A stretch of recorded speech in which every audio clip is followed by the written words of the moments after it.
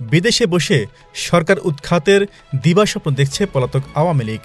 ভারতসহ বিশ্বের বিভিন্ন দেশে পালিয়ে থাকা এইসব নেতারা কোর গ্রুপ করে পাকাচ্ছেন ষড়যন্ত্র, নিচ্ছেন প্রতিজ্ঞা। সম্প্রতি এমন খবর দিয়েছে একটি জাতীয় দৈনিক। ওই খবরে দাবি করা হয়, সম্প্রতি পশ্চিমবঙ্গের কলকাতা সহ বিশ্বের বেশ কয়েকটি দেশে ইফতার পার্টির আড়ালে ষড়যন্ত্র সভা করে পলাতক নেতারা। এসব সভায় ইউনূস সরকারকে হটাতে গুচ্ছ পরিকল্পনা নেওয়া হয়। পরিকল্পনা বাস্তবায়নে অস্ত্র ও অর্থের কোনো সমস্যা নাই উল্লেখ করে নেতারা বলেন, যে কোনো নির্দেশনা বাস্তবায়নে যে যার অবস্থান থেকে সর্বোচ্চ কাজ করবে।